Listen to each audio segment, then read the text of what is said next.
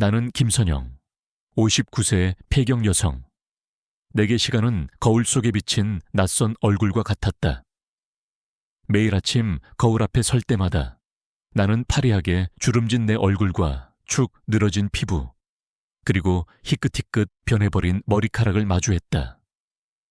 한때 빛나던 젊음과 아름다움은 흔적도 없이 사라졌고 그 자리를 채운 것은 오직 세월의 흔적과 깊은 공허함 뿐이었다. 성공한 건축가로서 명성을 얻었지만 남편과 유일한 딸을 사고로 잃은 후 내 삶은 모든 색을 잃어버렸다. 나는 거대한 저택에서 홀로 살았다. 딸의 웃음소리가 사라진 집은 텅 비어 있었고 나의 유일한 벗은 낡은 시계의 초침 소리뿐이었다. 매일 밤 나는 식탁에 홀로 앉아 차가운 저녁 식사를 했다. 접시 위 음식은 그저 배를 채우기 위한 수단일 뿐 어떤 맛도 느껴지지 않았다. 창밖으로는 어둠이 내려앉았고 도시는 수많은 불빛으로 번쩍였지만 내 마음속은 언제나 깊은 암흑 속이었다. 내 목에는 낡은 목걸이가 걸려 있었다. 딸이 마지막으로 선물해 준 것이었다. 나는 그 목걸이를 만질 때마다 딸의 따뜻한 손길과 해맑은 미소를 떠올렸다. 그 기억은 내게 위안이 되었지만 동시에 지울 수 없는 아픔을 주었다. 나는 딸의 죽음을 받아들이기 힘들었고 나의 삶은 그 사고 이후로 완전히 멈춰버린 듯했다. 나는 젊음과 아름다움에 대한 미련이 많았다. 한때는 시대를 앞서가는 건축 디자인으로 명성을 날렸고 나의 외모 또한 사람들의 부러움을 샀다. 하지만 시간은 모든 것을 앗아갔다. 나의 몸은 점점 더 쇠약해졌고 거울 속 나의 얼굴은 낯설게 변해갔다. 폐경이라는 단어는 내게 죽음의 선고와 다름없었다. 나는 내가 더 이상 여자로서의 가치를 잃어버렸다고 생각했다. 어느 날 나는 우연히 인터넷에서 몸을 젊게 되돌리는 음식이라는 광고를 보았다. 그것은 단순한 건강식품 광고가 아니었다. 30대 젊은 셰프의 특별한 레시피로 당신의 시간을 되돌려 드립니다. 라는 문구가 내 눈길을 사로잡았다. 나는 처음에는 코웃음 쳤다.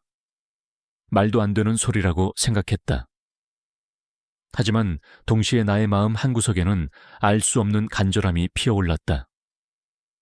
잃어버린 젊음을 되찾을 수만 있다면 무엇이든 할 수 있을 것 같았다. 나는 광고 속 번호로 연락을 했다. 며칠 후 한 젊은 남자가 나를 찾아왔다. 그는 30대 초반으로 보이는 훤칠한 외모와 깔끔한 인상을 가지고 있었다. 그의 이름은 이지훈. 그는 자신을 개인 셰프라고 소개했다. 그의 눈빛은 깊고 알 수 없었다. 마치 내가 가진 모든 것을 꿰뚫어 보는 듯한 눈빛이었다. 하지만 그의 미소는 친절했고 그의 목소리는 부드러웠다. 김선영 사모님, 제가 사모님의 시간을 되돌려 드릴 수 있습니다. 저만의 특별한 재료와 레시피로 말이죠. 이지훈은 자신감 넘치는 목소리로 말했다. 나는 그의 말에 반신반의했지만 왠지 모르게 그의 말에 이끌렸다. 나는 그를 고용하기로 결정했다. 어차피 잃을 것도 없다고 생각했다. 그의 월급은 상상을 초월할 만큼 비쌌지만 내게 돈은 더 이상 의미가 없었다. 나는 그저 젊음을 되찾고 싶었다. 이지훈은 다음 날부터 나의 저택에 출근하기 시작했다. 그는 매일 아침 싱싱한 식재료들을 직접 가져왔고 나의 주방에서 요리를 했다. 그의 요리는 특별했다. 단순한 음식이라기보다는 마치 예술 작품과 같았다. 음식의 색감, 향기, 그리고 맛까지 모든 것이 완벽했다. 나는 그의 요리를 먹을 때마다 알 수 없는 에너지가 내 몸속으로 스며드는 것을 느꼈다. 며칠이 지났다. 나는 거울 속에 비친 내 얼굴을 보고 깜짝 놀랐다. 파리하게 주름졌던 피부가 조금씩 탱탱해지고 있었다. 눈가에 잔주름이 옅어졌고 얼굴에 생기가 돌기 시작했다. 나의 머리카락도 희끗희끗했던 부분이 조금씩 검게 변해갔다. 나는 믿을 수 없었다. 정말 내가 젊어지고 있는 것일까? 나는 이지훈에게 물었다. 이지훈 씨, 이게 정말 당신 요리 덕분인가요? 제가 정말 젊어지고 있는 것 같아요. 이지훈은 미소 지었다. 네, 사모님. 저만의 특별한 레시피와 비밀 재료 덕분입니다. 사모님은 이제부터 더욱 젊어지실 겁니다. 사모님의 몸은 시간을 거꾸로 되돌리고 있습니다. 그의 목소리는 차분했지만 그의 눈빛은 여전히 알 수 없었다. 나는 기뻐했다. 내가 잃었던 젊음을 되찾을 수 있다는 생각에 가슴이 벅차올랐다. 나는 이지훈에게 더욱 의지하기 시작했다. 그는 나의 개인 셰프를 넘어 나의 건강과 아름다움을 책임지는 유일한 존재가 되었다. 나는 그의 요리를 먹을 때마다 알 수 없는 흥분감에 휩싸였다. 하지만 동시에 나는 알 수 없는 불안감을 느꼈다. 이 모든 것이 너무나도 비현실적이었다. 늙은 몸이 젊어지고 폐경 여성이 생기가 돌아온다니. 말도 안 되는 일이었다. 나는 이지훈의 특별한 재료에 대해 궁금해지기 시작했다. 그는 그 재료에 대해 단 한 번도 자세히 설명해 주지 않았다. 늘 비밀입니다 라고 말하며 얼버무릴 뿐이었다. 나는 이지훈의 행동을 몰래 관찰하기 시작했다. 그는 매일 아침 싱싱한 식재료들을 가져왔지만 그의 식재료들은 늘 깨끗하게 손질되어 있었다. 그는 어떤 재료를 사용하는지 내게 보여주려 하지 않았고 늘 내게서 멀리 떨어진 곳에서 요리를 했다. 그의 손놀림은 능숙했지만 그의 눈빛은 늘 불안하게 흔들렸다. 마치 무언가를 숨기려 애쓰는 것처럼 어느 날 밤 나는 잠이 오지 않아 거실에 앉아 있었다. 이지훈은 이미 퇴근한 뒤였다. 나는 문득 그의 주방에서 이상한 냄새가 나는 것을 감지했다. 그것은 음식 냄새가 아니었다. 비릿하고 역겨운 냄새였다. 나는 그 냄새를 쫓아 주방으로 향했다. 주방 안은 깨끗하게 정리되어 있었다. 하지만 싱크대 밑에 놓인 쓰레기통에서 희미하게 그 역겨운 냄새가 올라왔다. 나는 쓰레기통을 열어보았다. 그리고 나는 경악할 수밖에 없었다. 쓰레기통 안에는 낡은 비닐봉투 하나가 들어있었다. 비닐봉투 안에는 피 묻은 천 조각과 함께 알 수 없는 붉은색 물질이 묻어 있었다. 그것은 마치 살점처럼 보였다. 나는 온몸에 소름이 돋았다. 이지훈의 특별한 재료가 혹시 사람의 살점이라도 되는 것일까? 말도 안 되는 생각이었다. 하지만 나의 직감은 계속해서 경고음을 울렸다. 나는 비닐봉투 속 붉은색 물질을 만져보았다. 차갑고 미끄러웠다. 그리고 그 안에서 희미하게 비릿한 냄새가 올라왔다. 나는 비닐봉투를 다시 쓰레기통 안에 집어넣고 주방을 빠져나왔다. 내 심장은 격렬하게 뛰었다. 이지훈은 나를 젊게 되돌려준 은인이 아니었다. 그는 내게 알 수 없는 특별한 재료를 먹이며 나의 몸에 어떤 변화를 일으키고 있었다. 나는 불안감에 휩싸였다. 내가 젊어지는 것이 축복이 아니라 저주가 될 수도 있다는 생각 때문이었다. 나는 이지훈의 특별한 재료에 대해 더 깊이 조사해야겠다고 결심했다. 나는 그가 식재료를 구매하는 곳, 그의 과거 행적, 그리고 그가 접촉했던 인물들까지.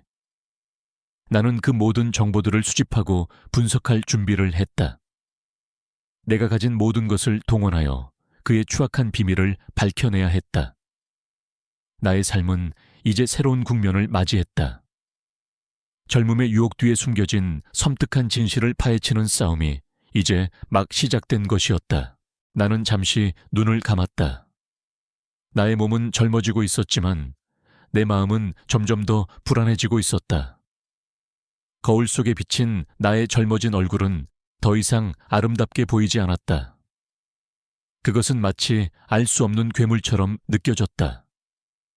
나는 이 모든 것을 멈춰야 했다. 나의 젊음이 어떤 대가를 치러야 하는지, 나는 반드시 알아내야 했다. 나는 이지훈의 다음 출근을 기다렸다. 그의 눈빛, 그의 행동, 그리고 그의 모든 말 속에서 나는 진실의 조각들을 찾아낼 것이다.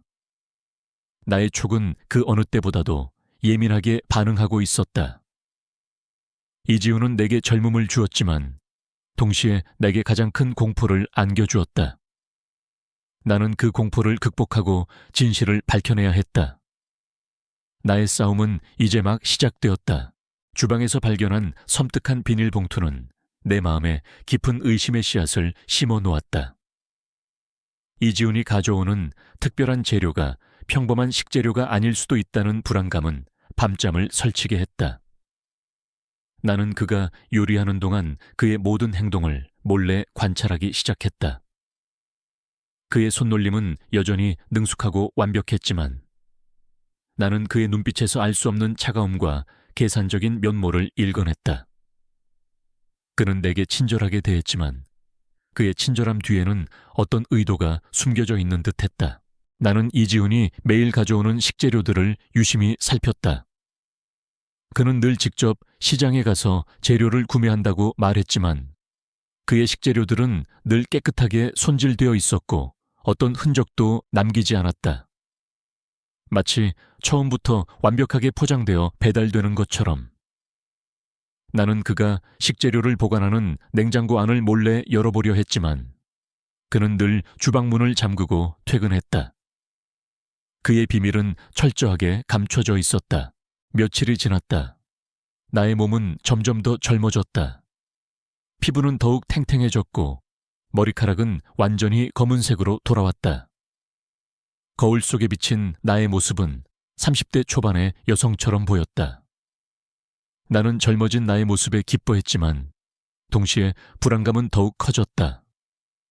나의 몸이 이렇게 빠르게 젊어지는 것이 과연 정상적인 일일까? 나는 이지훈의 특별한 재료에 대해 더 이상 방관할 수 없었다. 나는 이지훈의 방을 몰래 뒤지기로 결심했다. 그가 퇴근한 후 나는 그의 방으로 향했다. 방은 깔끔하게 정리되어 있었지만 어딘가 모르게 차가운 느낌을 지울 수 없었다. 나는 그의 책상 서랍을 열고 옷장 안을 뒤졌다. 그리고 나는 침대 밑에서 낡은 가죽 가방 하나를 발견했다. 가방은 낡고 오래되어 보였지만 단단하게 잠겨 있었다. 나는 가방을 열려 애썼지만 쉽지 않았다. 나는 주방에서 찾아낸 이지훈의 칼 세트 중 가장 작은 칼을 가져와 가방의 잠금 장치를 부셨다. 딸깍, 가방이 열리는 소리가 들렸다. 가방 안에는 충격적인 물건들이 들어있었다. 수많은 여성들의 사진과 신분증, 그리고 의료 기록들. 그 모든 물건들은 내게 알 수 없는 불길한 예감을 안겨주었다. 사진 속 여성들은 모두 젊고 아름다웠다. 그리고 그들의 의료 기록에는 원인 불명의 노화 현상, 갑작스러운 신체 기능 저하 같은 내용들이 담겨 있었다. 나는 사진 속 여성들의 얼굴을 하나하나 살펴보았다. 그들은 모두 젊고 건강해 보였지만 그들의 눈빛에는 두려움과 절망감이 깃들어 있었다. 마치 그들이 어떤 끔찍한 일을 겪고 있다는 듯. 나는 직감했다. 이지훈은 단순한 요리사가 아니었다. 그는 이 모든 여성들과 관련이 있었다. 가방 안에서 나는 낡은 수첩 하나를 발견했다. 수첩은 낡고 오래되어 보였지만 안에는 희미하게 글씨가 쓰여 있었다. 나는 수첩을 펼쳐 읽기 시작했다. 그리고 나는 경악할 수밖에 없었다. 수첩에는 이지훈이 자신의 특별한 재료를 만들기 위해 여성들을 유인하고 그들의 생체 조직을 채취하는 과정이 상세하게 기록되어 있었다. 그는 여성들에게 젊음의 음식을 제공하고 그들의 몸이 젊어지는 동안 그들의 생체 조직을 이용하여 자신의 비밀 재료를 만들었던 것이다. 그리고 그 여성들은 결국 급격한 노화 현상을 겪으며 죽음을 맞이했다는 내용이었다. 나는 수첩을 꽉 쥐었다.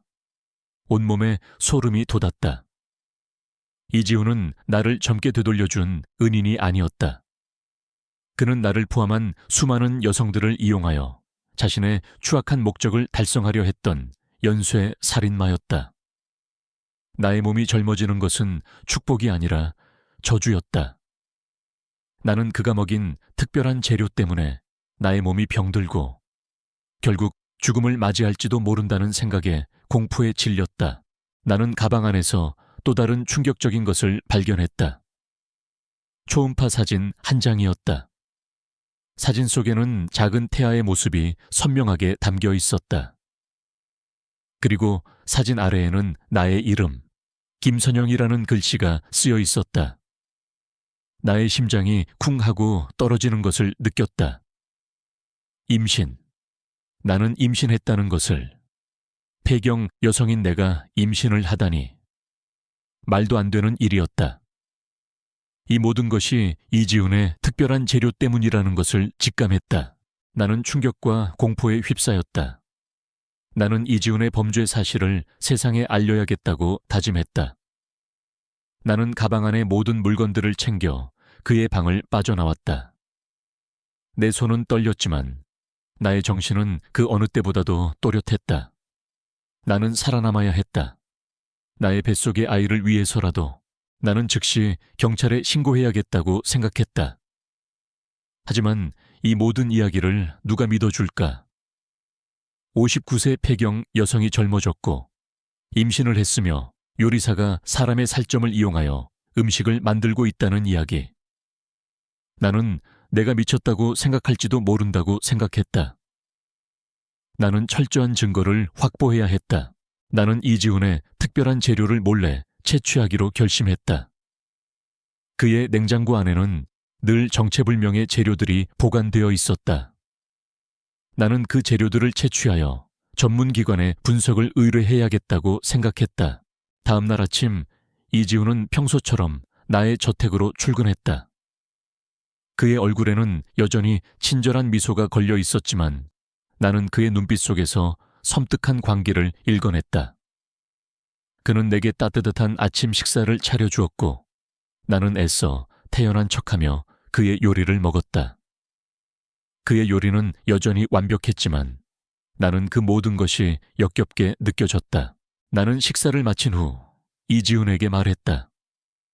이지훈 씨, 오늘 제가 몸이 좀 안 좋습니다. 병원에 다녀와야 할 것 같아요. 오늘 저녁 식사는 제가 알아서 할 테니 일찍 퇴근하셔도 좋습니다. 이지훈의 표정이 순간적으로 굳어졌다. 그의 눈빛에는 미세한 경계심이 스쳐 지나갔다. 그는 내가 자신의 비밀을 눈치챈 것은 아닌지 의심하는 듯했다. 하지만 그는 이내 미소를 지으며 말했다. 네, 사모님. 몸조리 잘하십시오. 제가 내일 아침에 더 특별한 음식을 준비해 드리겠습니다. 그의 목소리는 부드러웠지만 그의 눈빛은 여전히 알 수 없었다. 이지훈이 퇴근한 후 나는 즉시 주방으로 향했다. 나는 이지훈의 냉장고를 열고 그의 특별한 재료를 찾아냈다. 그것은 투명한 용기에 담겨 있었고 붉은색의 젤리 같은 형태였다. 나는 그것을 작은 유리병에 담아 밀봉했다. 이 재료가 바로 이지훈의 모든 죄를 증명할 결정적인 증거였다. 나는 이 유리병을 가지고 서울로 향했다. 나는 과거 내가 아는 생명공학연구소의 박사를 찾아갔다. 그는 나의 오랜 친구였고 나의 능력을 믿어주는 유일한 사람이었다. 나는 그에게 내가 겪었던 모든 일과 이 유리병 속 재료에 대한 의심을 털어놓았다. 그는 나의 이야기에 경악을 금치 못했지만 나의 요청대로 재료 분석을 의뢰했다. 며칠 후 박사는 내게 충격적인 결과를 알려주었다. 유리병 속 재료는 인간의 태아 줄기세포였다. 그것도 여러 명의 태아 줄기세포를 조합하여 만든 것이었다. 이지훈은 여성들을 임신시켜 태아 줄기세포를 채취하고 그 세포들을 이용하여 젊음의 재료를 만들었던 것이다. 그리고 그 여성들은 태아 줄기세포를 빼앗긴 후 급격한 노화 현상을 겪으며 죽음을 맞이했던 것이다. 나는 온몸에 소름이 돋았다. 이지훈은 단순한 요리사가 아니었다. 그는 인간의 생명을 가지고 장난치는 악마였다. 그는 나의 뱃속의 아이까지도 자신의 특별한 재료로 만들려 했던 것이다. 나의 심장은 분노와 함께 나의 아이에 대한 미안함으로 찢어지는 듯했다. 나는 즉시 경찰에 신고해야겠다고 생각했다. 하지만 나는 증거를 확보하기 위해 조금 더 기다려야 했다. 나는 이지훈의 범행을 증명할 수 있는 결정적인 증거가 필요했다. 나는 그의 컴퓨터를 몰래 해킹하여 그의 모든 범죄 기록을 확보하기로 결심했다. 나는 나의 저택으로 돌아왔다. 이지훈은 이미 나의 행동을 눈치챈 듯 나의 저택 안에는 수상한 기운이 감돌고 있었다. 그는 나를 감시하고 있었고 나의 다음 행동을 예측하려 하고 있었다. 나는 불안감에 휩싸였지만 나의 아이를 위해서라도 멈출 수 없었다. 나는 밤이 깊어지자 이지훈의 방으로 몰래 들어갔다. 그의 컴퓨터는 암호로 잠겨 있었다. 나는 내가 가진 모든 컴퓨터 지식을 동원하여 암호를 해독하려 애썼다. 그 과정은 고되고 힘들었지만 나는 포기할 수 없었다. 나의 손은 떨렸지만 나의 정신은 그 어느 때보다도 또렷했다. 나는 반드시 그의 모든 범죄 기록을 확보해야 했다. 몇 시간의 사투 끝에 나는 마침내 그의 컴퓨터 암호를 해독하는 데 성공했다. 컴퓨터 안에는 충격적인 파일들이 들어있었다. 수많은 여성들의 사진과 의료 기록, 그리고 태아 줄기세포 채취 과정이 담긴 동영상까지. 이지훈은 그 모든 것을 마치 자신의 업적처럼 상세하게 기록해 놓았다. 나는 그 모든 파일들을 나의 USB에 복사했다. 이 모든 것이 이지훈의 죄를 증명할 결정적인 증거였다. 나는 USB를 챙겨 그의 방을 빠져나왔다. 내 심장은 격렬하게 뛰었다. 그때 나의 등 뒤에서 차가운 목소리가 들려왔다.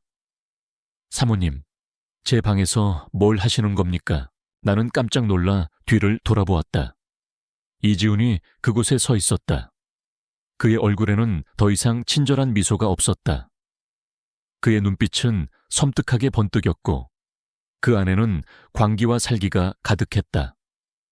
그의 손에는 낡고 녹슨 칼이 들려 있었다. 나는 이제 도망칠 수 없었다. 나의 싸움은 이제야 시작되었다. 이지훈의 차가운 목소리가 내 등 뒤에서 들려왔을 때 온몸에 소름이 돋았다. 그의 손에 들린 녹슨 칼날이 어둠 속에서 섬뜩하게 번뜩였다. 나는 더 이상 도망칠 수 없었다. 내 손에 쥐어진 USB가 뜨겁게 느껴졌다. 그 안에 담긴 진실을 지키고 내 뱃속의 아이를 지키기 위해 나는 싸워야 했다. 사모님, 제 방에서 뭘 하시는 겁니까? 이지훈의 목소리는 차분했지만 그 안에 담긴 살기는 나를 얼어붙게 만들었다. 그의 눈은 광기로 가득 차 있었고 그의 미소는 소름 끼치게 잔인했다. 그는 내가 자신의 비밀을 모두 알아냈다는 것을 직감한 듯했다. 나는 애써 침착한 목소리로 말했다. 이지훈 씨, 당신은 악마야. 당신이 저지른 모든 죄는 세상에 드러날 거야. 이지훈은 피식 웃었다. 악마? 글쎄요. 저는 그저 세상의 어리석은 욕망을 이용했을 뿐입니다. 당신처럼 젊음을 갈망하는 사람들이 넘쳐나는데 제가 왜 이런 특별한 재능을 썩혀야 합니까? 그의 눈빛은 텅 비어 있었다. 그리고 당신이 이 모든 것을 세상에 알릴 수 있을 거라고 생각합니까? 당신은 아무도 믿지 않을 거예요. 59세 폐경 여성이 젊어졌고 임신을 했으며 요리사가 사람의 살점을 이용하여 음식을 만들고 있다는 이야기를 누가 믿겠습니까? 그는 내게 한 걸음씩 다가왔다. 녹슨 칼날이 내 목을 겨누는 듯했다. 나는 공포에 질려 뒷걸음질 쳤다. 내 심장은 격렬하게 뛰었고 뱃속의 아이는 불안한 듯 꿈틀거렸다. 나는 아이를 위해서라도 여기서 죽을 수 없었다. 당신은 틀렸어, 이지훈 씨. 진실은 반드시 밝혀질 거야. 나는 당신의 모든 범죄 기록을 확보했어. 이 USB 안에 당신의 추악한 비밀이 모두 담겨 있어.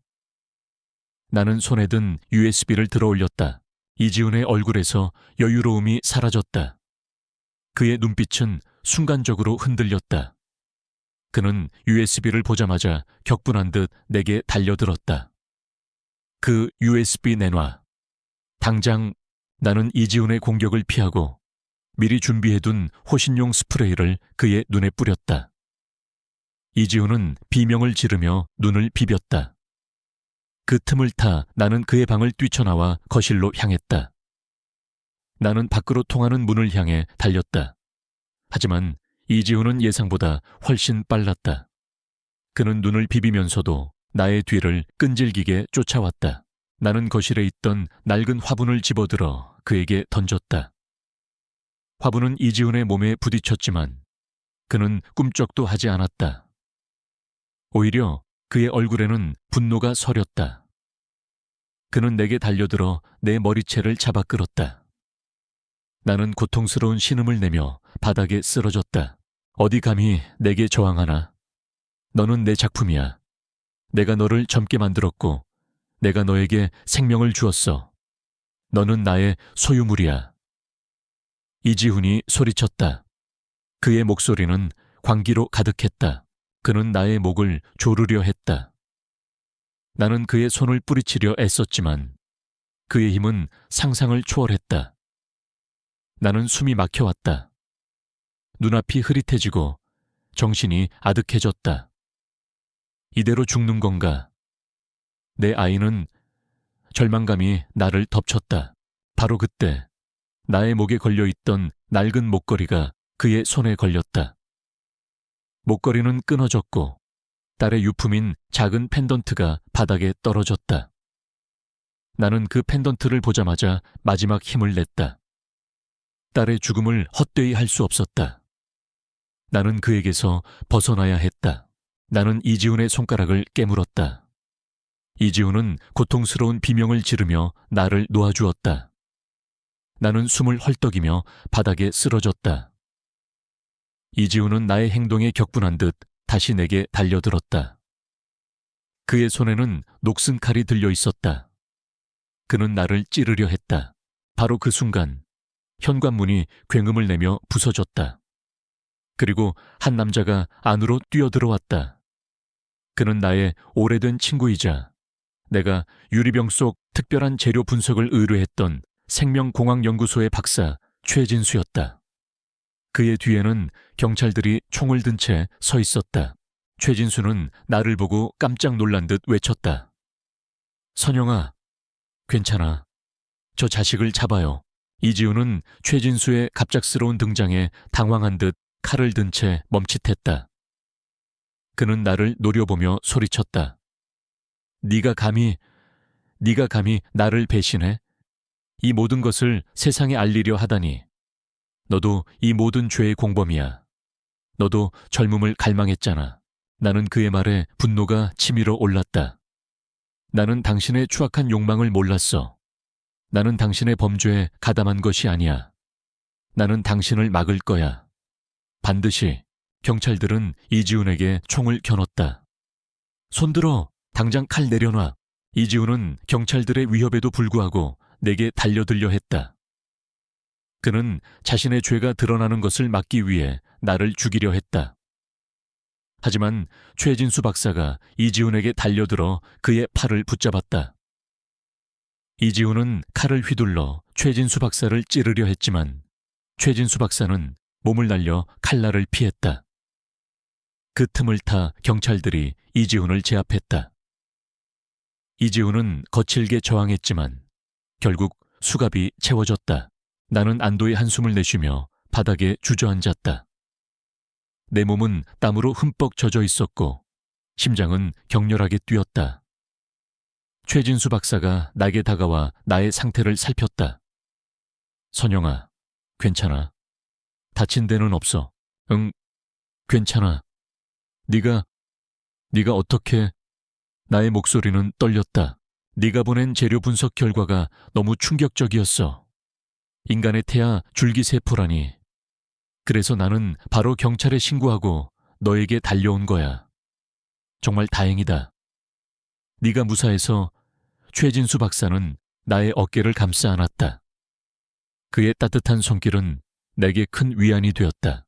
경찰은 이지훈을 체포하고 나의 저택을 수색하기 시작했다. 나는 경찰들에게 이지훈의 방과 주방, 그리고 그가 숨겨둔 모든 증거물들의 위치를 상세하게 설명해 주었다. 경찰들은 이지훈의 방에서 내가 발견했던 가방과 수첩, 그리고 그의 컴퓨터에서 내가 복사했던 모든 파일들을 확보했다. 주방에서는 붉은색 젤리 같은 형태의 특별한 재료들과 함께 알 수 없는 약품들이 발견되었다. 이 모든 것이 이지훈의 추악한 죄를 증명할 명백한 증거가 되었다. 나는 병원으로 옮겨져 정밀 검사를 받았다. 나의 몸은 급격한 젊음과 임신으로 인해 큰 무리가 가해진 상태였다. 의사는 나의 건강 상태를 보고 놀라워했다. 김선영 씨, 당신의 몸은 50대 폐경 여성이 아니라 30대 여성의 몸과 같습니다. 그리고 임신 초기이시고요. 기적입니다. 하지만 당신의 몸에 어떤 이상한 물질이 주입된 흔적이 발견되었습니다.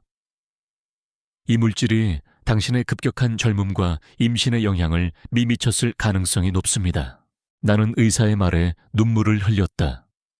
나의 젊음과 임신은 이지훈의 잔인한 실험의 결과물이었다. 나의 뱃속의 아이도 그 실험의 희생양이 될 뻔했다는 생각에 나는 가슴이 찢어지는 듯했다. 하지만 나는 아이를 포기할 수 없었다. 이 아이는 나의 희망이자 나의 모든 것을 지켜준 존재였다. 나는 이 아이를 반드시 지켜내고 싶었다. 며칠 후 경찰은 이지훈의 범죄 사실을 언론에 발표했다. 젊음의 요리사, 연쇄 살인마로 밝혀져 59세 폐경 여성의 기적 같은 회춘과 임신 뒤에 숨겨진 추악한 비밀이라는 헤드라인이 연일신문 한 면을 장식했다. 국민들은 이지훈의 잔인한 범죄에 경악했고 동시에 나의 이야기에 충격을 받았다. 이지훈은 여성들을 유인하여 자신의 젊음의 재료를 만들기 위해 그들의 생체 조직을 채취하고 결국 그들을 죽음으로 몰아넣었다는 혐의로 기소되었다. 나의 증언과 내가 확보한 증거들, 그리고 최진수 박사의 분석 결과는 이지훈을 옥죄는 결정적인 증거가 되었다. 그가 숨겨두었던 낡은 수첩에 기록된 다른 여성들의 일기는 그가 수십 년간 저질러온 추악한 범죄들을 낱낱이 드러냈다. 이지훈은 결국 연쇄살인 및 인체조직 불법 채취, 불법 실험 등 수많은 혐의로 재판을 받게 되었다. 나는 병실에서 뉴스를 보며 눈물을 흘렸다. 나의 젊음과 임신은 결코 축복이 아니었다. 그것은 잔인한 실험의 결과물이었다. 하지만 나는 이 모든 것을 극복하고 살아남았다. 나의 아이와 함께. 나는 나의 아이를 위해서라도 이 모든 아픔을 극복하고 새로운 삶을 시작할 것이다. 최진수 박사가 나의 병실로 찾아왔다. 그는 나의 손을 잡고 말했다. 선영아, 정말 고생 많았어. 네가 아니었으면 이 모든 추악한 진실은 영원히 묻혔을 거야. 너는 정말 용감해. 진수야, 고마워. 네가 아니었으면 나는 결코 살아 돌아오지 못했을 거야. 나는 최진수 박사의 손을 꽉 잡았다. 그는 나의 생명의 은인이자 나의 가장 든든한 친구였다. 나는 나의 아이를 낳기로 결심했다. 나의 아이는 이 모든 어둠 속에서 피어난 한 줄기 빛이었다. 나는 아이에게 사랑과 희망을 주고 싶었다. 이 아이는 나의 새로운 시작이자 나의 삶의 진정한 의미가 될 것이었다. 나의 긴 싸움은 이제야 끝났다. 나는 나의 아이와 함께 새로운 삶을 시작할 것이다. 나의 이야기는 이제부터 시작이다. 병원에서 퇴원한 후 나의 삶은 새로운 전환점을 맞이했다. 나는 이지훈의 그림자에서 완전히 벗어났고 나의 뱃속에는 새로운 생명이 자라고 있었다. 59세 폐경 여성이 임신을 했다는 기적 같은 이야기는 세간의 큰 주목을 받았지만 나는 그 모든 것을 뒤로하고 조용히 나의 아이를 맞이할 준비를 했다. 나의 유일한 목표는 건강하게 아이를 낳고 그 아이에게 사랑과 행복을 주는 것이었다. 최진수 박사는 나의 든든한 조력자였다. 그는 내가 심리적으로 안정될 수 있도록 상담을 도와주었고 나의 임신 기간 동안 나의 건강을 세심하게 챙겨주었다. 그는 나의 가장 친한 친구이자 가족이 되어주었다. 그의 따뜻한 마음과 변함없는 지지는 내가 이 모든 어려움을 이겨낼 수 있는 큰 힘이 되었다. 이지훈의 재판은 예상보다 길고 치열했다. 그는 자신의 죄를 부인하며 정신 이상을 주장했지만 내가 제출한 모든 증거들, 특히 그의 컴퓨터에서 확보한 범죄 기록과 태아, 줄기세포 채취 과정이 담긴 동영상은 그를 옥죄는 결정적인 증거가 되었다. 법정에는 이지훈에게 희생된 다른 여성들의 가족들이 증인으로 출석하여 그들의 고통을 증언했다. 그들의 눈물과 절규는 법정 안의 모든 사람들에게 깊은 울림을 주었다. 나는 재판 과정에서 증인으로 출석하여 내가 겪었던 모든 일과 이지훈의 추악한 범죄를 상세하게 증언했다. 내가 젊어지고 임신을 하게 된 과정, 이지훈의 특별한 재료의 실체, 그리고 그가 나를 포함한 수많은 여성들을 이용하여 자신의 추악한 목적을 달성하려 했던 잔인한 계획까지. 나의 증언은 재판의 향방을 결정짓는 결정적인 역할을 했다. 나의 목소리는 떨렸지만 그 안에는 진실을 향한 강한 의지가 담겨 있었다. 이지훈은 나의 증언을 듣고 격분하여 소리쳤다. 닥쳐, 네가 감히 나를 배신해. 너도 젊음을 갈망했잖아. 너도 내 작품이야. 내까짓게 어디 감히 나를 심판해. 그의 눈빛은 광기로 가득 차 있었다. 나는 그의 눈을 똑바로 바라보며 말했다. 나는 젊음을 갈망했지만 당신처럼 타인의 생명을 앗아가는 방식으로 젊음을 얻으려 하지 않았어. 당신은 인간이 아니야. 당신은 악마야. 당신의 죄는 결코 용서받을 수 없어. 나의 목소리는 단호했고 그의 발악은 더 이상 내게 영향을 미치지 못했다. 재판은 결국 이지훈의 유죄 판결로 막을 내렸다. 그는 연쇄, 살인 및 인체조직 불법 채취, 불법 실험, 납치, 감금 등 수많은 혐의로 최고 형량을 선고받았다. 법정은 정의가 승리했다는 분위기로 가득 찼지만 나는 여전히 마음 한편이 아팠다. 이지훈에게 희생된 여성들의 고통은 그 어떤 형량으로도 보상받을 수 없었으니까. 이지훈의 범죄는 전 세계를 충격에 빠뜨렸다. 그의 추악한 실험은 인간의 존엄성을 짓밟는 가장 잔인한 범죄로 기록되었다. 나의 이야기는 많은 사람들에게 경각심을 일깨웠고 생명윤리에 대한 사회적 논의를 촉발시켰다. 나는 나의 경험이 헛되지 않았다는 사실에 작은 위안을 얻었다. 나는 재판이 끝난 후 나의 저택을 정리하고 이사를 준비했다. 그 저택은 이지훈의 그림자가 드리워진 곳이었다. 나는 그곳에서 벗어나 새로운 시작을 하고 싶었다. 나는 바다가 보이는 작은 집을 얻어 선아와 함께 평화로운 삶을 살기로 결정했다. 임신 기간 동안 나는 나의 뱃속의 아이와 깊은 교감을 나누었다. 아이는 나의 유일한 희망이자 나의 삶의 진정한 의미였다. 나는 아이에게 사랑과 희망을 주고 싶었다.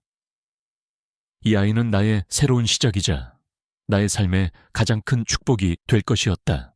나는 예정일에 건강한 딸을 낳았다. 아이의 울음소리는 나의 모든 고통을 씻어내고 나의 마음을 따뜻하게 만들었다.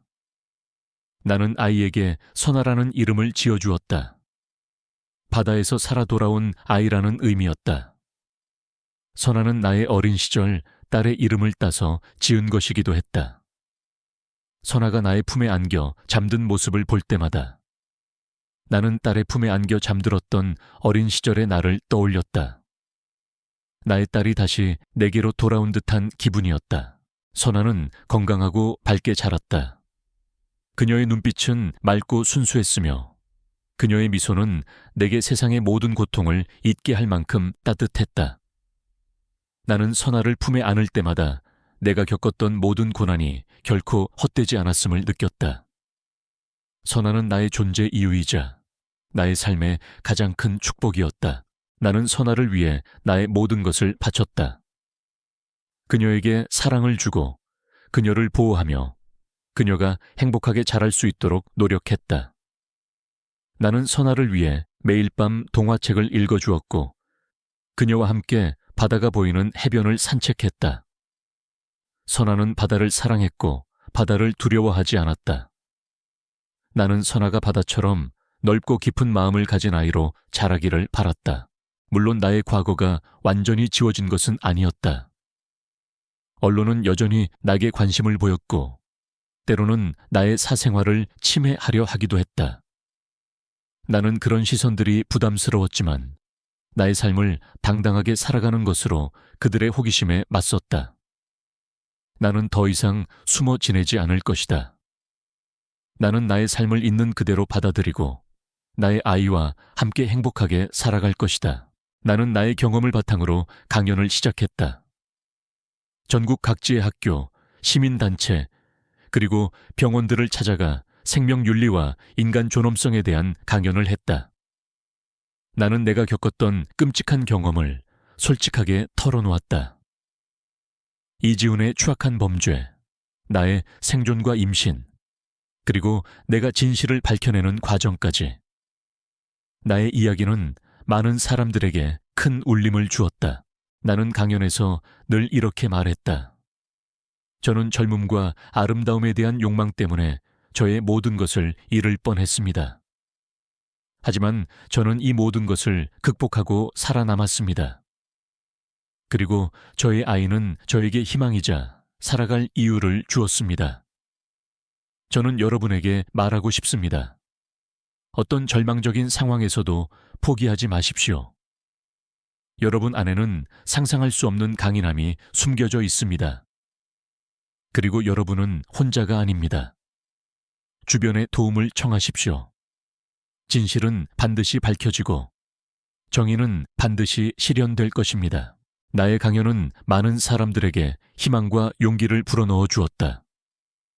특히 외모지상주의와 생명윤리 문제에 대한 사회적 논의를 촉발시켰다. 나는 나의 이야기가 다른 이들에게 선한 영향력을 끼치고 있다는 사실에 큰 보람을 느꼈다. 나는 나의 책상 위에 놓인 선아의 그림을 보았다. 선아가 그린 나의 얼굴은 환하게 웃고 있었고 나의 머리에는 노란색 왕관이 그려져 있었다. 나는 선아의 그림을 보며 미소 지었다. 선아는 나를 가장 아름답고 강인한 존재로 그리고 있었다. 나는 선아의 그림을 평생 간직할 것이다. 나는 바다를 다시 찾아갔다. 푸른 심연은 여전히 고요했고 파도 소리는 잔잔하게 들려왔다. 나는 바다를 바라보며 생각했다. 바다는 내게 슬픔을 주었지만 동시에 내게 새로운 삶과 희망을 주었다. 나는 바닷속에서 나의 가족을 잃었지만 바닷속에서 나의 아이를 얻었다. 나의 삶은 이제 진정으로 의미 있는 방향으로 나아가고 있다. 나는 나의 아이에게 이 모든 이야기를 들려줄 것이다. 그녀가 강하고 용감한 사람으로 성장할 수 있도록 나의 이야기는 계속될 것이다. 바다의 속삭임, 그리고 희망의 노래와 함께 선아는 무럭무럭 자라 어느덧 초등학생이 되었다. 그녀는 밝고 명랑한 아이로 유치원 때부터 유난히 바다와 해양 생물에 대한 관심이 많았다. 나는 선에게 바다와 관련된 동화책을 읽어주고 함께 바닷가에서 조개 껍데기를 줍거나 파도 소리를 듣곤 했다. 선아가 바다를 사랑하는 모습을 볼 때마다 나는 나의 과거와 현재가 마치 파도처럼 자연스럽게 이어지는 것을 느꼈다. 선아의 등대 재단은 나의 삶의 중심이 되었다. 우리는 전국 각지의 해양 마을에 해양안전교육센터를 설립하고 조난 예방 및 범죄 예방 교육을 실시했다. 나는 직접 센터를 방문하여 주민들을 만나고 그들의 삶에 희망을 불어넣어 주었다. 나의 이야기는 많은 사람들에게 큰 울림을 주었고, 그들은 나를 바다의 수호자라고 불렀다.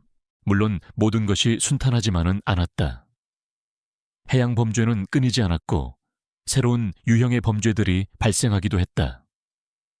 특히 인신매매와 관련된 해양 범죄는 내게 깊은 분노를 안겨주었다.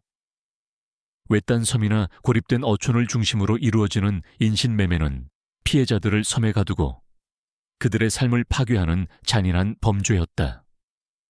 나는 김만철의 섬에서의 악몽을 떠올리며 이 모든 것을 막아야겠다고 다짐했다. 어느 날 아침 해양경찰청에서 다급한 연락이 왔다. 남해안의 한 외딴 섬에서 젊은 여성 관광객이 실종되었다는 소식이었다.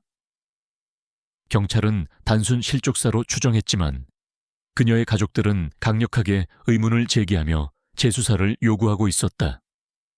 나는 직감했다. 이건 김만철 사건과 유사해. 또 다른 악마의 그림자가 이 섬에 드리워져 있어. 나의 심장이 쿵 하고 뛰었다.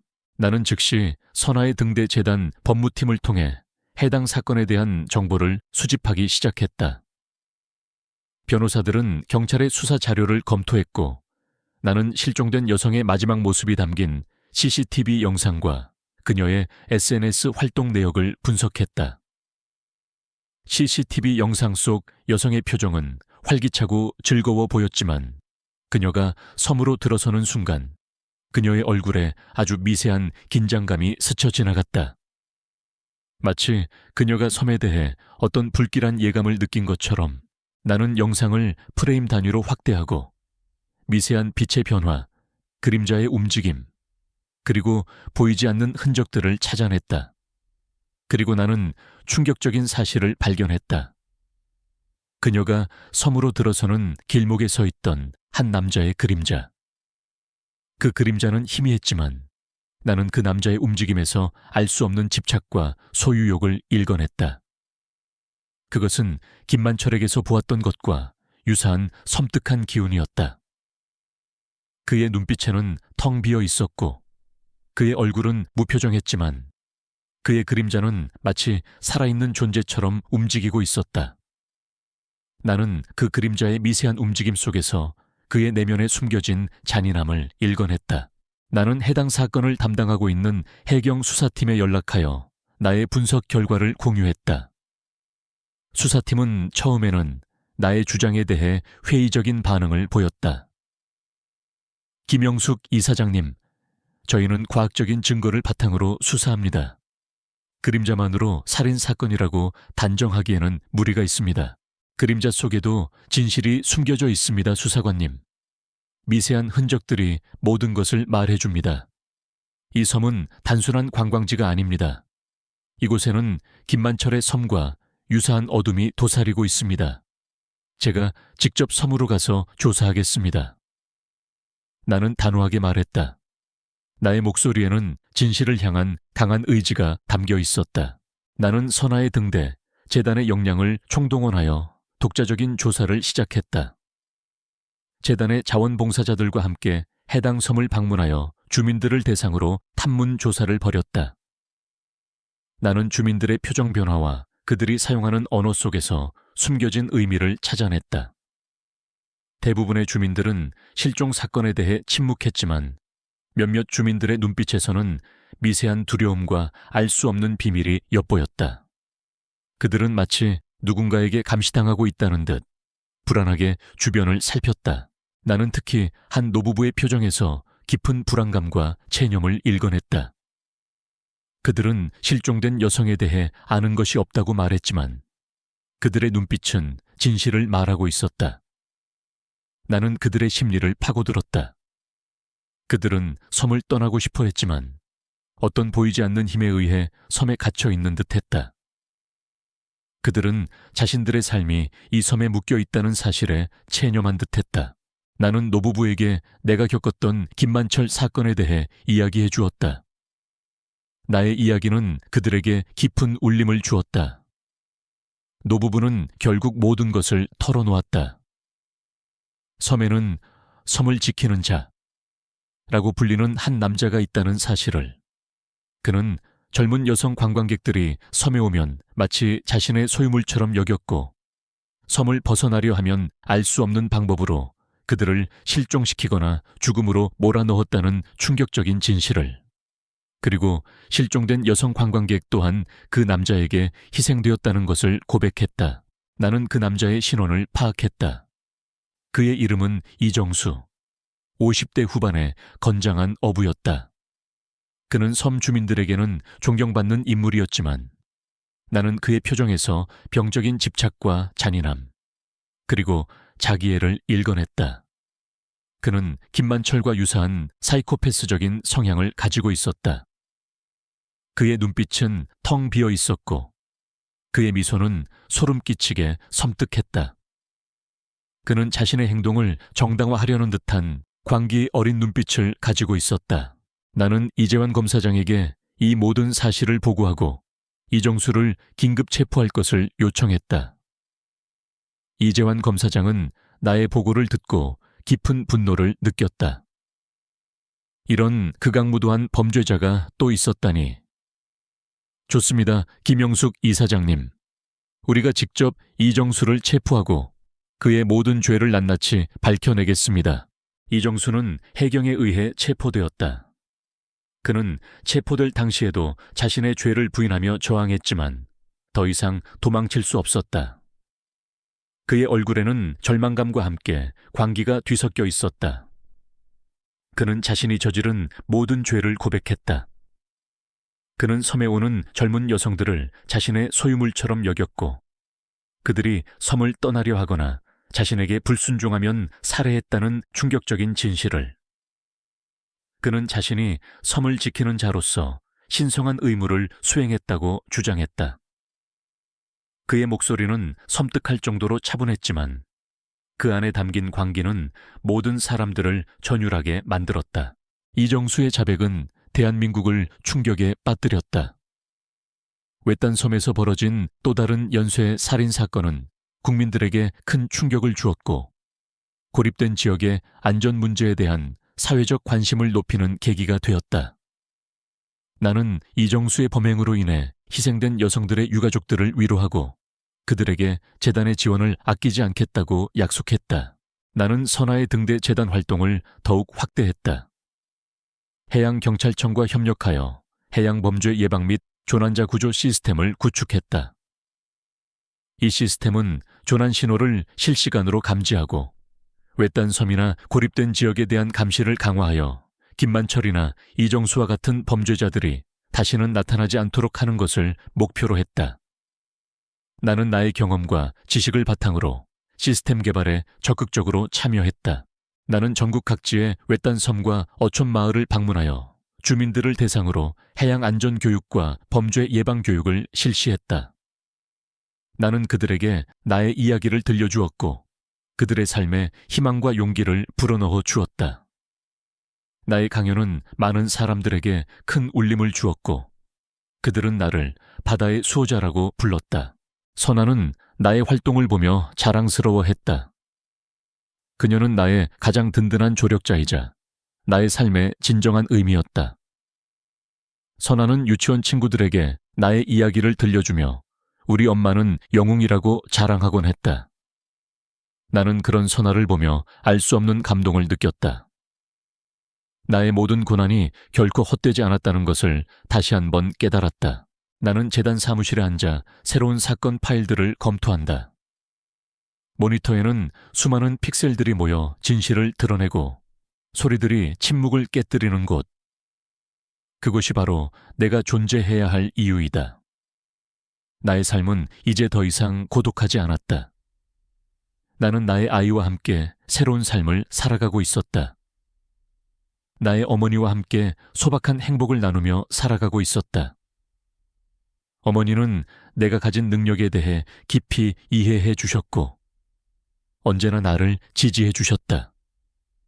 그녀는 내가 세상의 빛이 될 수 있도록 이끌어준 가장 큰 존재였다.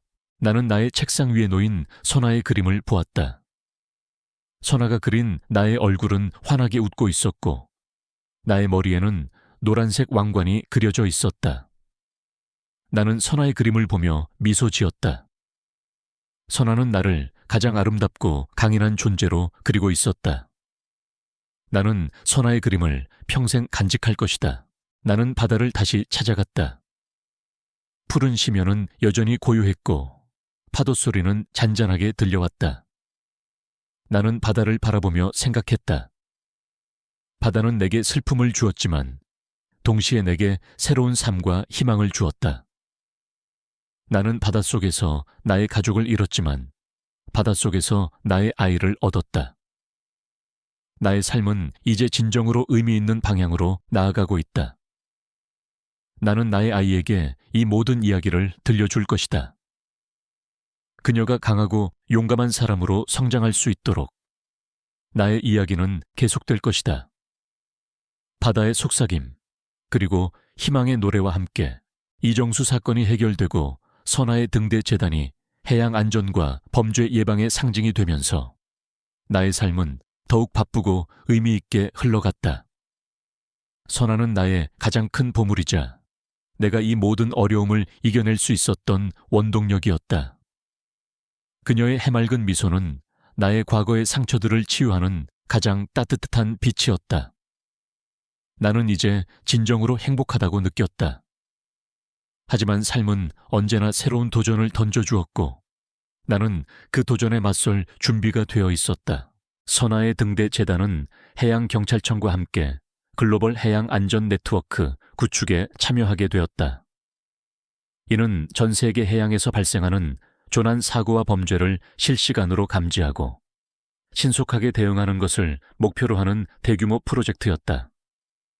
나는 이 프로젝트의 총괄 책임자로 임명되었고 나의 경험과 지식을 바탕으로 시스템 개발에 적극적으로 참여했다. 나는 나의 음향 분석 능력과 미세 표정 분석 기술이 이 거대한 프로젝트에 큰 기여를 할 수 있다고 믿었다. 프로젝트는 예상보다 훨씬 복잡하고 어려웠다. 수많은 국가와 기관들이 참여했고 각자의 이해관계가 얽혀 있었다. 기술적인 문제뿐만 아니라 정치적인 문제와 외교적인 문제까지 해결해야 했다. 나는 밤낮으로 회의에 참석하고 복잡한 데이터들을 분석하며 프로젝트 성공을 위해 노력했다. 나의 몸은 지쳐갔지만 나의 정신력은 더욱 강해졌다. 나의 옆에는 이재환 검사장과 최진수 박사, 그리고 선아와 함께 나의 든든한 조력자들이 있었다. 그러던 중 프로젝트 진행에 심각한 차질이 발생했다. 해양 안전 네트워크의 핵심 기술인 위성 감지 시스템에 알 수 없는 오류가 발생하기 시작한 것이다. 시스템은 실시간 조난 신호를 감지하지 못했고 해양 범죄 발생 지역을 정확하게 파악하지 못했다. 이는 해양 안전에 치명적인 위협이 될 수 있었다. 나는 즉시 위성 감지 시스템의 오류 원인을 파악하기 위해 나섰다. 나는 시스템의 모든 데이터를 분석하고 알 수 없는 오류 코드들을 추적했다. 나의 촉은 예민하게 반응했다. 이것은 단순한 기술적인 오류가 아니었다. 마치 누군가 고의적으로 시스템을 방해하고 있는 듯한 느낌을 지울 수 없었다. 나는 나의 음향 분석 능력을 사용하여 시스템 내부에서 발생하는 미세한 소리들을 감지했다. 그리고 나는 충격적인 것을 발견했다. 시스템 내부에서 알 수 없는 전파방해 신호가 감지된 것이다. 나는 이재환 검사장에게 이 사실을 알렸다. 검사장님, 위성 감지 시스템의 오류는 단순한 기술적인 문제가 아닙니다. 누군가 고의적으로 시스템을 방해하고 있습니다. 전파방해 신호가 감지되었습니다. 이는 해양 범죄 조직의 소행일 가능성이 높습니다. 이재환 검사장의 표정이 굳어졌다. 전파 방해 신호라고요? 그렇다면 이들은 단순히 범죄를 저지르는 것을 넘어 우리의 시스템까지 무력화시키려 하고 있습니다. 좋습니다. 김영숙 이사장님. 우리가 직접 이 모든 것을 밝혀내겠습니다. 우리는 전파방해 신호를 발신하는 곳을 추적하기 시작했다. 나의 음향 분석 능력과 해양경찰청의 첨단 장비들이 총동원되었다. 전파방의 신호는 매우 복잡하고 정교하게 위장되어 있었지만 나의 귀는 그 속에 숨겨진 미세한 진실을 꿰뚫어 보았다. 우리는 며칠 밤낮으로 추적한 끝에 전파방의 신호가 발신되는 곳이 태평양 한가운데에 위치한 무인도라는 사실을 알아냈다. 무인도라니. 나는 김만철의 섬과 이정수의 섬을 떠올리며 알 수 없는 불안감을 느꼈다. 그곳에는 분명 또 다른 악마의 그림자가 드리워져 있을 터였다. 나는 이재환 검사장에게 무인도 급습 작전을 제안했다. 그는 나의 제안을 받아들였고 해양경찰청 특수기동대가 작전에 투입되었다. 나 또한 작전에 참여하기로 했다. 이 모든 것이 나의 책임이라고 생각했으니까 우리는 무인도로 향했다. 고속정은 파도를 가르며 빠르게 나아갔다. 섬은 험준한 바위산으로 이루어져 있었고 울창한 숲이 섬 전체를 뒤덮고 있었다. 섬의 모습은 마치 세상과 단절된 듯 고립되어 보였다. 나는 섬의 음산한 기운에 몸을 떨었지만 나의 눈빛은 단호했다. 무인도에 도착하자마자 우리는 전파방에 신호가 발신되는 곳을 향해 나아갔다. 섬은 정글처럼 울창했고 알 수 없는 풀벌레 소리가 내 귓가를 때렸다. 우리는 숲속을 헤치며 나아갔다. 그리고 얼마 지나지 않아 우리는 숲속 깊은 곳에서 낡고 허름한 건물 하나를 발견했다. 건물 안에서는 희미하게 빛이 새어나오고 있었다. 우리는 조심스럽게 건물 안으로 진입했다. 건물 안은 퀴퀴한 곰팡이 냄새가 났고 바닥에는 낡은 장비들이 어지럽게 널려 있었다. 그리고 그곳에는 국제해양범죄 조직의 일원들이 모여 있었다. 그들은 위성 감지 시스템을 방해하고 불법적인 해양 활동을 계획하고 있었다. 그들의 얼굴에는 잔인함과 탐욕이 가득했다. 우리의 급습에 그들은 당황한 듯 혼란에 빠졌다. 그들은 저항했지만 해양경찰청 특수기동대원들의 빠른 진압 작전으로 모두 체포되었다. 나는 그들의 얼굴에서 절망과 체념을 읽어냈다. 그들은 더 이상 도망칠 수 없었다. 나는 그들의 통화 기록과 컴퓨터 파일들을 분석하기 시작했다. 그리고 나는 충격적인 사실을 발견했다. 이들이 단순히 위성 감지 시스템을 방해하는 것을 넘어 대규모 인신매매와 불법 해양 생물 밀매를 계획하고 있었다는 것을. 그들은 외딴 섬과 고립된 어촌을 중심으로 인신매매를 자행하고 희귀 해양 생물들을 밀매하여 막대한 이익을 챙기고 있었다.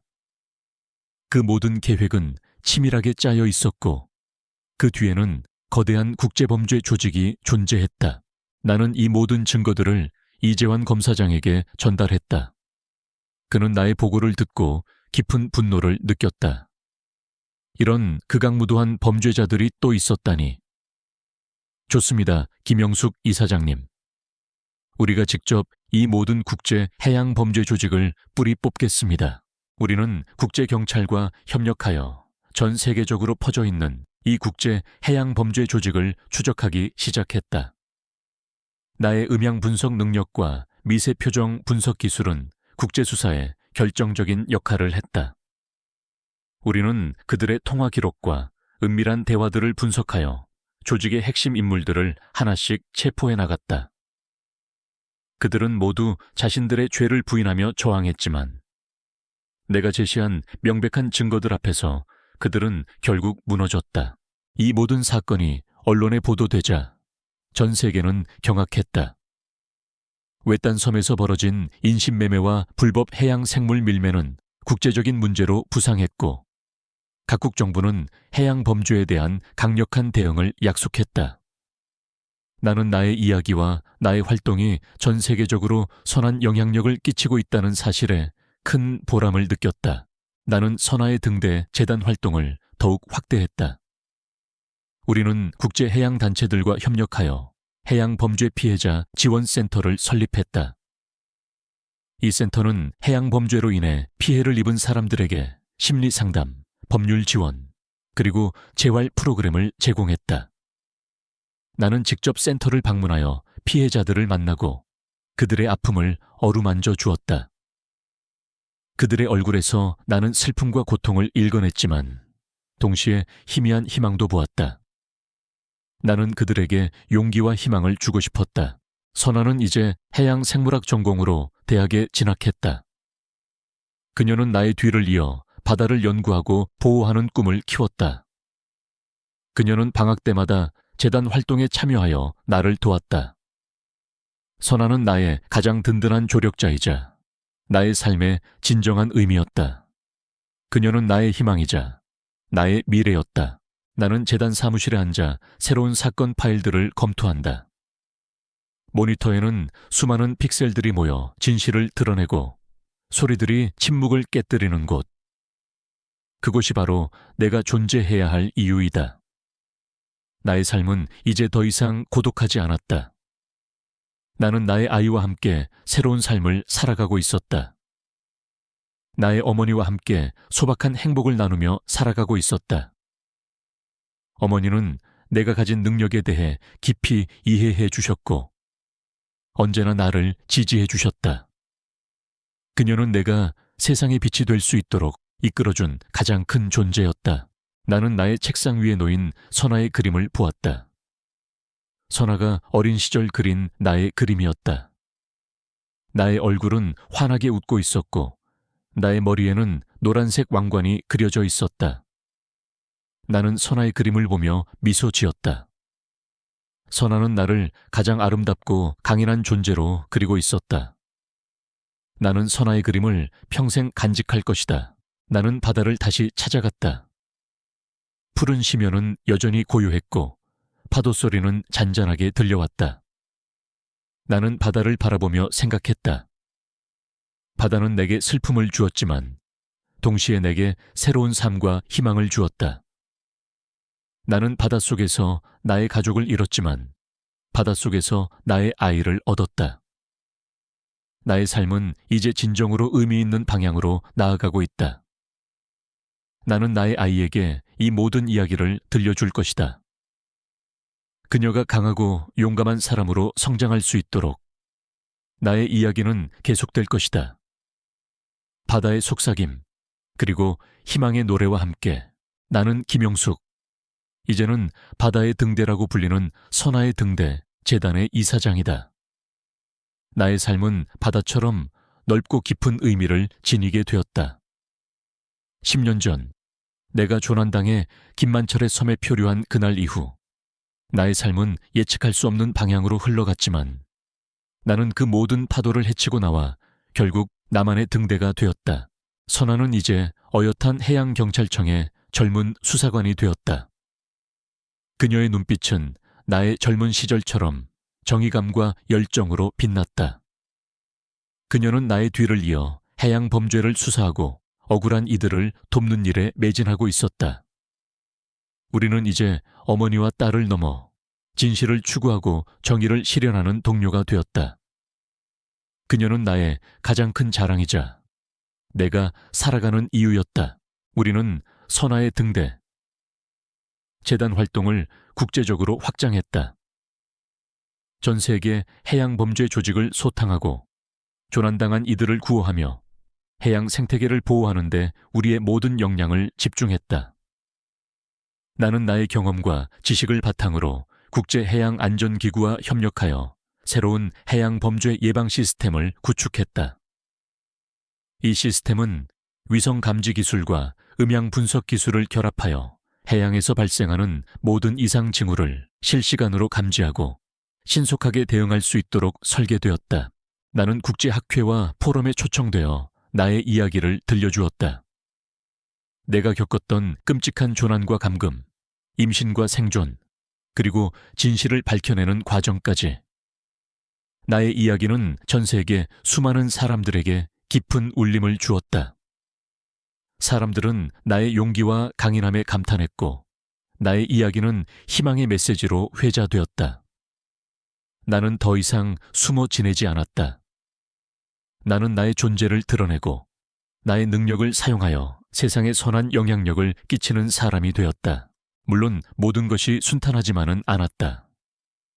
해양범죄 조직은 우리가 구축한 시스템을 무력화시키려 끊임없이 시도했고 때로는 내게 직접적인 위협을 가하기도 했다. 하지만 나는 흔들리지 않았다. 나의 옆에는 이재환 검사장, 최진수 박사, 그리고 나의 딸 선아라는 든든한 동료들이 있었다. 우리는 함께 모든 어려움을 극복했고 어둠 속에 숨겨진 진실들을 낱낱이 밝혀냈다. 이재환 검사장은 이제 해양검찰청의 총장으로 승진하여 해양범죄 척결에 앞장섰다. 그는 나의 가장 든든한 조력자이자 나의 능력을 가장 잘 이해해주는 사람이었다. 우리는 완벽한 파트너십을 발휘하여 수많은 국제 해양범죄 사건들을 해결했고 억울한 피해자들의 한을 풀어주었다. 그는 내게 말했다. 김영숙 이사장님, 당신은 진정한 바다의 수호자입니다. 당신 덕분에 저는 진정한 정의의 의미를 깨달았습니다. 최진수 박사는 나의 연구소에서 해양 생체 공학 연구에 매진했다. 그는 해양 생물들의 생체 신호를 분석하여 조난 신호를 감지하고 해양 생태계의 변화를 예측하는 기술을 개발했다. 그의 연구는 해양 안전과 환경 보호에 큰 기여를 했다. 그는 나의 가장 친한 친구이자 나의 과학적인 기반을 든든하게 지지해주는 존재였다. 나의 어머니는 이제 재단의 명예이사로 활동하며 나의 활동을 지지하고 응원해 주셨다. 그녀는 나의 자랑이자 나의 삶의 가장 큰 버팀목이었다. 어머니는 종종 재단을 방문하여 독거노인들과 이야기를 나누었고 그들에게 따뜻한 위로와 희망을 전해주셨다. 나는 그런 어머니의 모습을 보며 진정한 행복이 무엇인지 깨달았다. 나는 재단 활동 외에도 해양범죄 피해자 지원센터를 설립하여 해양범죄로 인해 피해를 입은 사람들에게 심리상담, 법률 지원, 그리고 재활 프로그램을 제공했다. 나는 직접 센터를 방문하여 피해자들을 만나고 그들의 아픔을 어루만져 주었다. 그들의 얼굴에서 나는 슬픔과 고통을 읽어냈지만 동시에 희미한 희망도 보았다. 나는 그들에게 용기와 희망을 주고 싶었다. 선아는 해양경찰청 수사관으로서 바다를 누볐다. 그녀는 날카로운 직감과 뛰어난 수사 능력으로 수많은 해양 범죄들을 해결했다. 그녀는 나의 뒤를 이어 바다의 수호자가 될 것이 분명했다. 선아는 종종 내게 자신이 맡았던 사건들에 대한 이야기를 해주었고 나는 그녀의 이야기를 들으며 우리가 함께 이뤄낸 변화에 깊은 감동을 받았다. 엄마, 오늘 제가 맡았던 인신매매 사건의 피해자들이 모두 구조되었어요. 엄마가 개발한 위성 감지 시스템 덕분이에요. 정말 고마워요, 엄마. 선아는 환한 미소를 지으며 말했다. 나는 선아의 손을 잡고 그녀의 볼에 뽀뽀했다. 아니 아들, 네가 스스로 진실을 찾아내고 정의를 실현했기 때문이야. 엄마는 네가 정말 자랑스러워. 나는 재단 사무실에 앉아 새로운 사건 파일들을 검토한다. 모니터에는 수많은 픽셀들이 모여 진실을 드러내고 소리들이 침묵을 깨뜨리는 곳. 그곳이 바로 내가 존재해야 할 이유이다. 나의 삶은 이제 더 이상 고독하지 않았다. 나는 나의 아이와 함께 새로운 삶을 살아가고 있었다. 나의 어머니와 함께 소박한 행복을 나누며 살아가고 있었다. 어머니는 내가 가진 능력에 대해 깊이 이해해 주셨고 언제나 나를 지지해 주셨다. 그녀는 내가 세상의 빛이 될 수 있도록 이끌어준 가장 큰 존재였다. 나는 나의 책상 위에 놓인 선아의 그림을 보았다. 선아가 어린 시절 그린 나의 그림이었다. 나의 얼굴은 환하게 웃고 있었고 나의 머리에는 노란색 왕관이 그려져 있었다. 나는 선아의 그림을 보며 미소 지었다. 선아는 나를 가장 아름답고 강인한 존재로 그리고 있었다. 나는 선아의 그림을 평생 간직할 것이다. 나는 바다를 다시 찾아갔다. 푸른 심연은 여전히 고요했고 파도 소리는 잔잔하게 들려왔다. 나는 바다를 바라보며 생각했다. 바다는 내게 슬픔을 주었지만 동시에 내게 새로운 삶과 희망을 주었다. 나는 바닷속에서 나의 가족을 잃었지만 바닷속에서 나의 아이를 얻었다. 나의 삶은 이제 진정으로 의미 있는 방향으로 나아가고 있다. 나는 나의 아이에게 이 모든 이야기를 들려줄 것이다. 그녀가 강하고 용감한 사람으로 성장할 수 있도록 나의 이야기는 계속될 것이다. 바다의 속삭임, 그리고 희망의 노래와 함께 이 이야기가 당신의 마음에 깊은 울림을 주었기를 바랍니다. 한 여인의 비극적인 경험이 어떻게 그녀를 변화시키고 새로운 삶의 의미를 찾게 하며 마침내 세상의 빛을 가져다주는 영웅으로 거듭나는지를 보여주는 이야기였습니다. 당신의 소중한 의견을 공유해 주세요. 이 이야기에 대한 당신의 생각은 다음 위대한 이야기를 만드는데 큰 영감이 될 것입니다. 이 이야기를 친구들과 공유하고 더 많은 사람들에게 이 메시지가 전달될 수 있도록 도와주세요.